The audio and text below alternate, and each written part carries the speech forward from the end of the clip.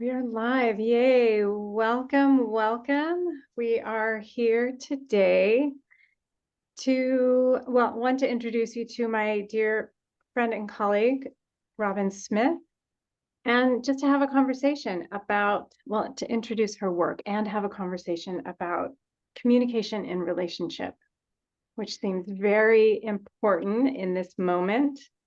And I know that you work specifically with couples. Women and couples. Women and couples. So it's women in relationship with anybody else. So women in relationship with their family, communication skills in relationship. Okay, and I'm just gonna introduce you. I'm gonna read this, my apologies. No, it's fine. Robyn, beautiful Robyn, is an award-winning speaker, a leading trauma and relationship coach for women, and founder of the Rock Your Relationship movement. Inspired by her own thriving 22-year relationship with her husband, she is helping thousands of women and couples transform from frustrated to fulfilled by creating deeper, loving, and conscious connections for greater life satisfaction and happiness. Yay, we all need that. She helps her clients unwind the layers of complex trauma and dysfunctional patterns that have interfered with their ability to enjoy ease and harmony in their relationships with others and themselves, so they feel connected, happy, and whole. And I just really love the inclusiveness of that, right? That it's really about women and our histories and our trauma and how we got to these communication styles in the first place, right? That aren't working, that we keep using over and over again because they're what we know. Exactly. Yeah, we'll be talking about that a little more today. Yeah, we're like that. We are creatures of habit. We are, and it's so sometimes unconscious, right? And we get a very similar result, and we don't always understand that it's a pattern that we're repeating. Yeah. Over and over again. Yeah. Yeah. So what is possible in a relationship when you have good communication, and why is that so important? Yeah. Yeah, I like this question because we don't often think about the possibility, about the good part. We often think about what might go bad, might go negatively. So what's possible is a lot of good stuff when you have really good and effective communication with somebody, with anyone. But especially if you're thinking about your partner, a beloved, we all want to feel connected, even if we don't own that we do. It's kind of our birthright. Humans are meant to connect. We're meant to be in relationship. And so, and how we connect is not only through touch, but also, and principally through communication and body language. So we are longing to feel this connection and to feel heard and understood when we're communicating. That's why we communicate, to get a point across, to get known. And so that's what's possible when you have really effective communication, is you get that experience of like, you're getting me, you understand me, you're getting my point, and I feel heard and seen, and I can relax when that happens. So these are what's possible. Feeling like someone's with you, like you're on the same team instead of, against, is possible.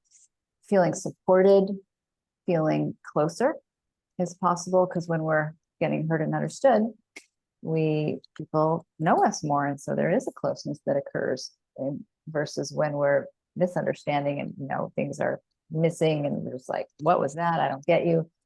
And also there's more ease. So when the communication is working well, you don't have to work so hard to get understood. You're not going around and around, repeating yourself, saying it 5 different ways. It's just working because of how it's coming out, and people are able to hear you without their, so many filters up. So it is so important. Communication is so essential if you want connection, if you want to be closer, if you want to be known. That's why it's so important. Yeah. Yeah. Yeah, that's beautiful.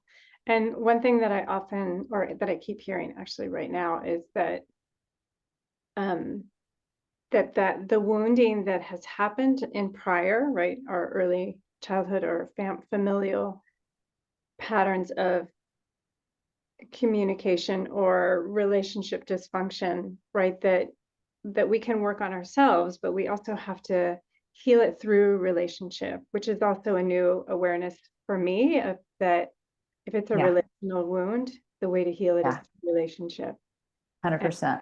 and Yeah. really showing up differently in relationship. Mm-hmm. I was just thinking about that, because I am in a 22-year relationship with my husband, and he's my teacher, even though I've gained all these skills and I help others with their relationships. I don't think I could be half the teacher that I am without having the on the ground experience of being in a relationship. It's just not the same getting it out of a book or getting it from a teacher versus getting it from my own lived experience of like how we navigate, what the compromises are, how we go through life together with each Mhm. other. So yeah, it's really different when you get to. I, I'm going to make a post about this, but I was just thinking how I like playing house. Remember playing house as a kid? Didn't you play house as a kid? Oh yeah, Okay. yeah, yeah. Yeah, you play house. So like you have the little kitchen. Well, we're Oops, 20 years later. Oops. Yeah, we're getting a you glitch. froze just a little bit. So Yeah, say we that did again. too. Yeah, I said we're still playing house. I feel like it's fun to play house with him. So I'm blessed. Yeah, but it's always a learning experience as well. Yeah. Yeah. Oh, I love that. I'm glad that it still feels like play. Yeah, Yay. That's yeah, great. yeah. And so what are some of the main communication pitfalls that you see with the people that you work with? Yeah, well, and we see it in our own relationships as well. Yeah. Um, just because we've done all this work, it doesn't mean it's 100% perfect all the time, right? So I just want to put that out there because I think my clients need to hear that too. We can get so down on ourselves, like I've done so much on myself. Why aren't I perfect? Because you're a living work in progress. So it's okay if sometimes you have one of these pitfalls, but if I'm going to share them in a moment, but if they're constant and you're noticing yourself aggravated regularly, frustrated, then it's a problem. So the pitfalls are blame, criticism, and defensiveness. Mm. My top three that I see the most. There's a lot more. But let me break that down just a little bit. So blaming is when you're basically doing that. You're pointing the finger at somebody, their behavior usually, and you're using a you statement like you did this, you shouldn't do that. You're always, leaving the toilet seat up. You're always leaving a mess in the kitchen, whatever it is. You're looking for fault and you're pointing it out. That's blame. And then how does somebody respond when they get blamed? Well, you did that. And so they'll come back with a counterattack usually, or well, I didn't do that. And then they'll defend themselves. So you can see that defensiveness is going to be a common response to the blame. And then it escalates and then you're arguing. So blaming is never a good way to create connection. Yeah. Um, Both as the giver and I'm assuming that you also address being the receiver of that. That's right. Yeah. How do you respond to that? Yeah, I do. Yeah. Because so I already mentioned defensiveness is a common response to blame. So there are alternatives to defending for sure. And I'm not teaching that here, but it is something I teach in my longer programs. And so defensiveness looks like I didn't do it, trying to protect yourself with some kind of pushback, some kind of, or it could be a counter. Well, you did that. That's part of defensiveness. It could be excuse. Well, it wasn't me. I don't know what happened, acting innocent or not taking any responsibility. So those are forms of defensiveness. And again, they're not a great way to connect. They're a great way to protect yourself, but you're going to create distance when you do that. So if you really want connection, closeness, then you want to learn how not to be so defensive. And that's a tough one because humans, I think, are just naturally defensive, where we are trying to be safe and protect ourselves. And especially we've had a lot of reasons to protect ourselves in our lives, we're going to be really good at that. So Yeah. I mean, I definitely know it's instinct. And it's also, I feel like we're in a very fearful time. Like I feel like we're fed a lot of fear. I agree. Absolutely. Yeah. See, Yeah. I see how that then comes into the home very Yeah. destructive Yeah. ways. People are often just scared a lot of the time because it's just life is challenging. Yeah, unfortunately so. Um, let's just talk about criticism for a moment and then we can move on. So that would be the third, right? And the criticism is similar to blame, but it's more like an attack on someone's character. So instead of blaming their behavior, you did this, you did that, it's more like you are, like Mm, you're stupid, you're such an idiot. What were you thinking? How could you be this way?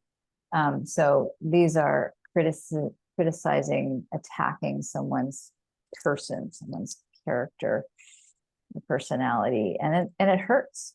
So how is someone going to respond when they get criticism? They're going to probably defend or attack back, or they're going to feel hurt and go away. So again, it's going to create distance. So yeah, just hearing you show that distinction, I could feel like a ooh in my system, because it is like it's like there's something wrong with you, innately wrong with you. And yeah, that extremely, that's a very strong energy to either receive or to push out to somebody. So yeah. yeah, definitely hurts. And Yeah, it's often meant to hurt. Yeah. right. Yeah. Yep. So these are common and we don't always know that we're doing it. And so that's why I wanted to break it down a little bit today, because it is, I grew up in a household where blaming was just what happened. Like who left the garbage, who didn't do this, who didn't do that, you did this, you did that. So, I learned by example, and I think a lot of us did. And so then, we have the rest of our lives to hopefully practice unwinding those habits like we were talking about. Yeah. Right, because it creates, I guess how I've been hearing it is that it creates fractures, and then you have to go back and like start Mhm. over. Like there's a Mhm. reparation. And like Yeah. when that's repeated, if that's a repeated cycle, it's very right. The changing of that pattern is really important. Really important. It's essential to be relaxed, to feel connected. Again, some people live for decades in unhealthy patterns. They're constantly hurting each other. They have this, codependency or whatever, and it's all they know, so it feels normal. But it doesn't mean it feels good. And it can be Yeah. draining. It can make you sick. So a lot of people literally get physically unhealthy because they're in unhealthy or toxic relationships. Yeah. Well, I mean, ideally we want to feel safe around the people who are closest to us. Yeah, that's right. Well, you can't have a healthy relationship unless you do feel safe. It's kind of a requirement. Yeah. I would agree with that. Yeah. Yeah. Yeah. Yeah. And safety is different for everybody. So that's something that's personal. What makes me feel safe is different from what makes you feel safe. Hmm. And there's probably some common denominators, but for each of us, we have to determine that for ourselves. Yeah. Right. Even just constitutionally, some people are more sensitive to, Right. or from background, from history, from trauma, Absolutely. have certain sensitivities that their partner may not understand or not have. Yeah. That's right. Yeah, Yeah. it's all complex. It's not just a one-stop shop. Yeah. No, it's not so easy, but it's also, I mean, that's kind of what I feel like we're here to do is grow, right? And to learn Yes, to just yes. grow. Yep. I know. Um, Um, so what gets in the way of especially the communication part? Like, yeah. how Well, we we've been communicate. touching on that. Yeah. We've been touching on this already with the early childhood patterns and traumas that occurred. the early childhood traumas create survival strategies, which then become an adult pattern. So something happens to you early in life, whether it was an accident or just the way people were treating you chronically over time, can affect then how you show up currently in your life. So an example could be, even like for my example, I'll share, my parents went on a trip and left me with the grandparents when I was about 5 months old. So I had to get weaned for that. And this was in the 60s, when it was like, the doctor's like, sure, you can leave your infant, for 2 weeks. So then what does a child do with that? Of course, I don't have conscious thought, but what any infant and young child does with some kind of break in the attachment is they have a notion, an experience that there must be something wrong with me, or I must not be good enough, or they wouldn't have left. So it feels like an abandonment, whatever happened. Sometimes it's another sibling coming onto the scene, or there's 5 other siblings and nobody's getting enough attention. So whatever it is, hospitalization with a parent, or somebody working all day and working all night, sleeping all day, so you don't get to see them enough. Arguing in the household, or somebody's on drugs and they can't attend to you. There's so many things that can happen in our lives when we're little. And then what we do with that as an infant and young child is we make that about me. It must be because there's something wrong with me. So then we have this negative self-belief. I'm not lovable. I'm not worthy. People don't care about me, or people are going to hurt me. And then we, from there, create these survival strategies to help us get what we need in order to survive, literally, which is make sure those people keep feeding you, make sure those adults change your diapers and, put a roof over your head. So we'll do what we have to do, bending over backwards in a way to get through that, so we get taken care of. But that may show up as an adult like a pleaser. I'm always saying yes when I really want to say no, or I always feel like I'm not enough, so I overexert myself to try to look good. Maybe I work really hard to make a lot of money, so I'm successful and everybody likes me, or maybe I get a lot of plastic surgery, so I think I look good and that way I'm going to get love. So whatever we do, to kind of compensate for these gaps in love, these gaps in feeling enough, keeps replaying in our adult relationships. And so that can also in communication show up like, I'm not worthy, so therefore anything you say, I'm going to interpret that you don't like me. And so then I'm going to be super anxious that you're not going to like me. So I'm going to be super nice and just be accepting of everything, even if it's hurtful. Or I'm going to be mistrusting of you because I was mistreated and people betrayed me. So then I'm going to be always on guard for like how you're cheating on me, how you're doing something back. So all that stuff can show up in our communication and our behavior as adults. Hope that's making sense. Oh, absolutely. I can relate to a lot of those. Yeah.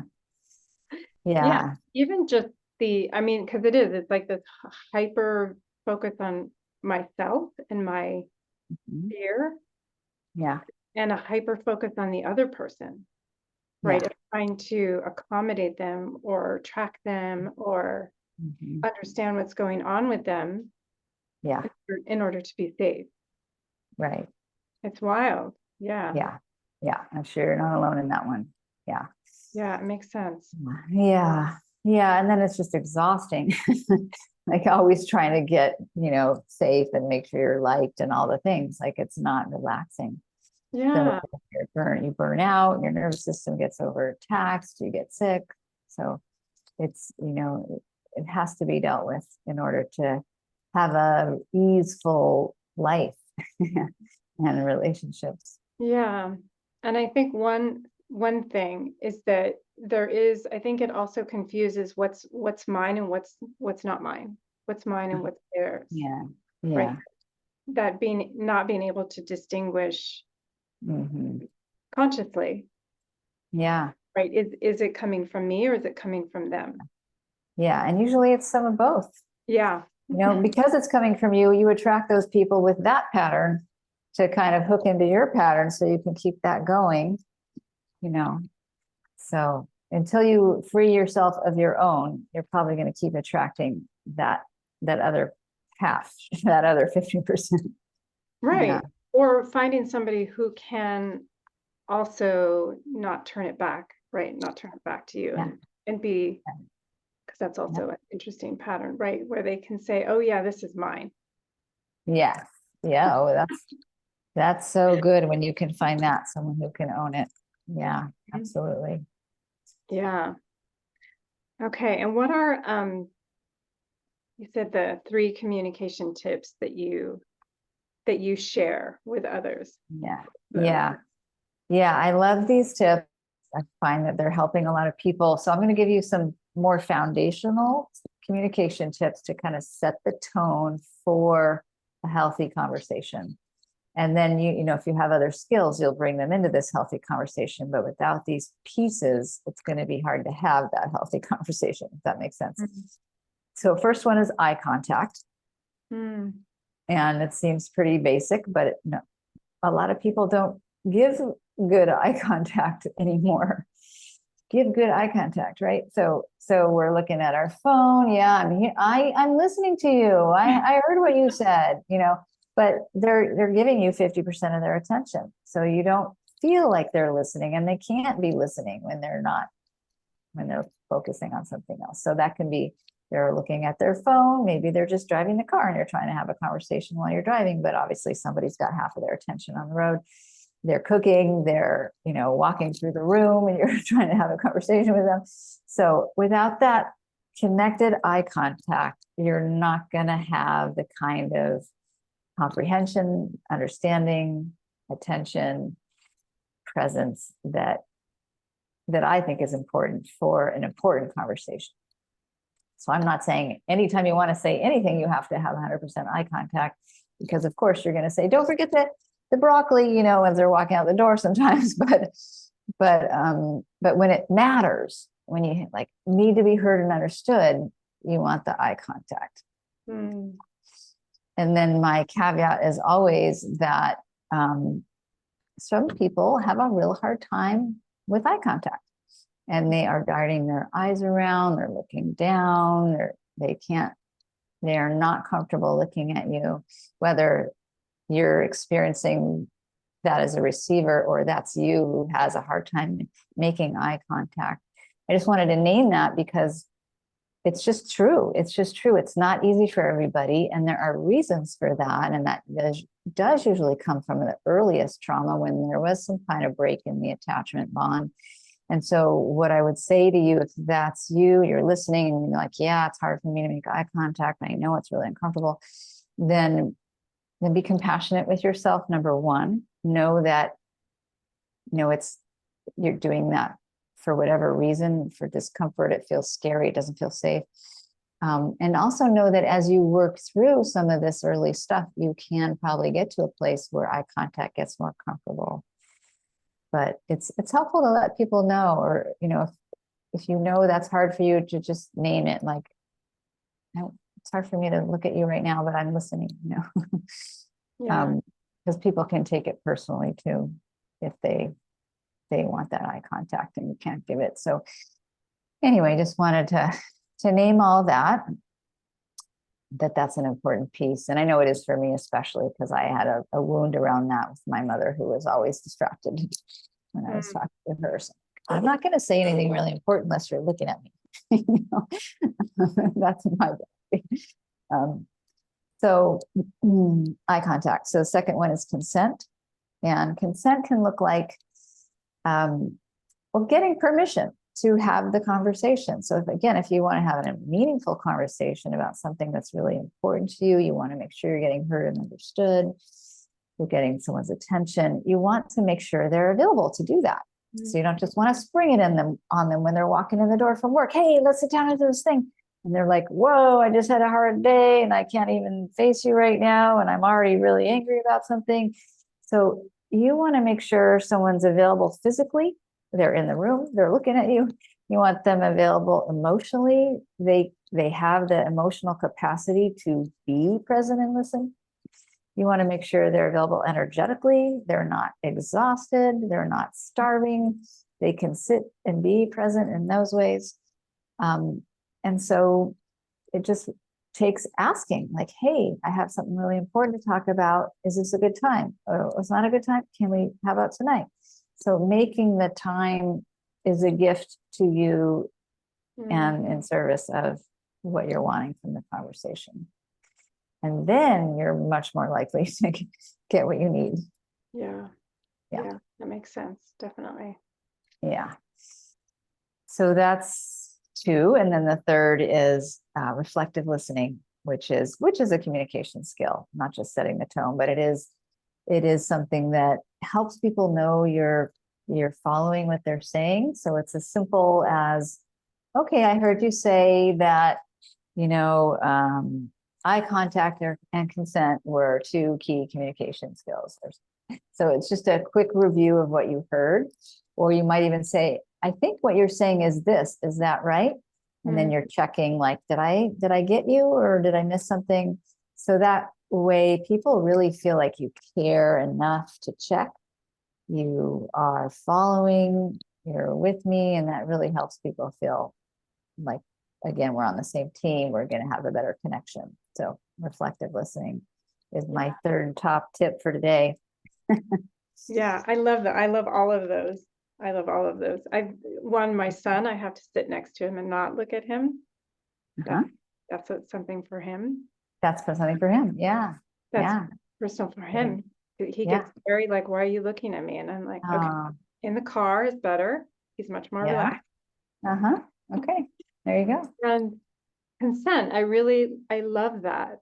Just the making time, asking for permission, so it doesn't, or just asking to create space, so that it's not about, it gives, I think, both people time to then enter the conversation. And the last one, just the feeling of it is it's like when somebody repeats back to you, right? It's not a fix, not an advice, not a defense. Right. It's really just saying, this is what I'm hearing. Is that what you're saying? Exactly. Right? Just to slow the emotions down, slow the reactions down, and get clear on what the conversation is actually about. Yeah. And then so you just did that. You just gave a beautiful example of reflective listening. And I noticed that for me, like, my system settled a little bit, just like, you got me, and that's what happens when people offer reflective listening. It's a beautiful skill. Yeah. Yay. Yeah. Yay. So we did it. We did it. On the ground practice right here and now, people. We're doing it all. Yay. I know that you're doing a training soon coming up. Yeah. So tell us a little bit more. It's a communication training. It is. Yeah, it's a free communication training, and it's all online, and it is for women. And I call it the Rock Your Relationship Communication Training. And it's going to sort of jump off from where we are here. So taking everything you got in today's conversation, and then I'm going to give you some solid communication skills every single day, one or more than one a day for the 4 days of the training. Oh, that's great. 4 days. Yeah. And it's super interactive. So I'm going to say, here's a skill, go practice it wherever you can, work, home, wherever. Come back in here, let us know how it went, ask your questions, and I respond to all the questions. So I'm going to actually support everybody, training them, helping them through these skills so that you feel like you got it, and you can use it and right away. And people get real transformation in the short time of the training. So I've had people come back and say, I actually got heard for the first time and my husband gave me a hug. It was amazing. Or my teenager actually sat down and said, I hear you. So it's working. It helps people a lot, and it's totally free. So there's nothing to lose and so much to gain, because most of us didn't. Who got communication skills as a child? Were they given in school? No. Were they given at home? No. So most of us picked up some bad communication habits, and this is an opportunity to to kind of relearn, unlearn the old, relearn some new ones, learn some new ones, and implement and start feeling more connected and staying out of arguments. So this is the point, right? To increase connection, closeness, intimacy, stop getting misunderstood, avoid the triggering someone's defensiveness so you can stay out of arguments, and ultimately experience more ease in your relationships. Yeah, sounds great. Because it's also like, try this specific thing. Because, we may know that, we say something that doesn't land well because we're watching the other person, Yeah. their reaction, and we're like, it's not what I was going for. But Yeah. but it's helpful to have, right? Because, there is that repatterning, right? That we're just doing this thing that we've been doing for a while because it's what we learned and we're not even really conscious of it. So it's nice to have that concrete, try this. Yeah. And you're learning in community, which I love. So there'll be hundreds of women learning together and showing up on Zoom calls and learning together. And so you'll be learning from other people's questions, I'll be coaching people, you'll be learning from people's responses and like, this is how I implemented it. And you'll go, oh, I should try that. So it's a group, process, and everyone benefits from learning in that group environment, I think. And there are prizes. So I reward you for your participation. I pick a prize winner every day, and then there's a grand prize of $2,000 towards my deeper coaching with me. So if you, full on participate every day, you have that possibility of winning the grand prize. Oh, that's exciting. Yay. That's a good prize. It's also really nice to be in a container of women doing this, doing work. Yes. Right? Yeah. Women in a container. I don't know. For me, it's just like one of my favorite things. Me too. Yeah. The supportive environment, supportive.